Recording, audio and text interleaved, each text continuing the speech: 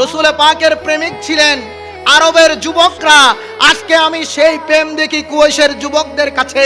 আরবের যুবকরা তারা যখন আল্লাহর রসুলকে দেখতেন, আল্লাহর হাবিবকে দেখতেন, আল্লাহর রসুলের চেহারায় আনোয়ারের দিকে এক নজরে তাকিয়ে থাকতেন।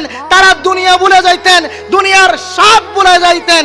আল্লাহ রসুলের চেহারা দিয়ে ওই মুক্তাজরা হাসি মাখা কথাগুলা তারা এক নজরে দেখে তাকিয়ে থেকে শুনতে থাকতেন। বলি না সুবহানাল্লাহ। এতে কোনো সন্দেহ নাই, এতে কোনো সন্দেহ নাই। তাদের অন্তরে প্রেম ছিল।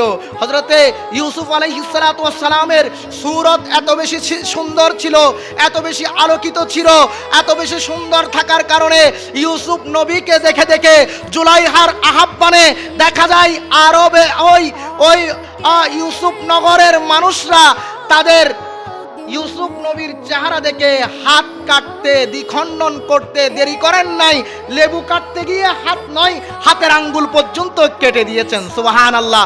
আর আরবের যুবকরা আমার রসুলের চেহারা দেখে, চেহারায় আতহার দেখে, চেহারায় আনোয়ার দেখে শুধু নিজের হাত নয়, আরবের যুবকরা নিজের গর্দান দিকে এক বিন্দু চিন্তা করেন নাই।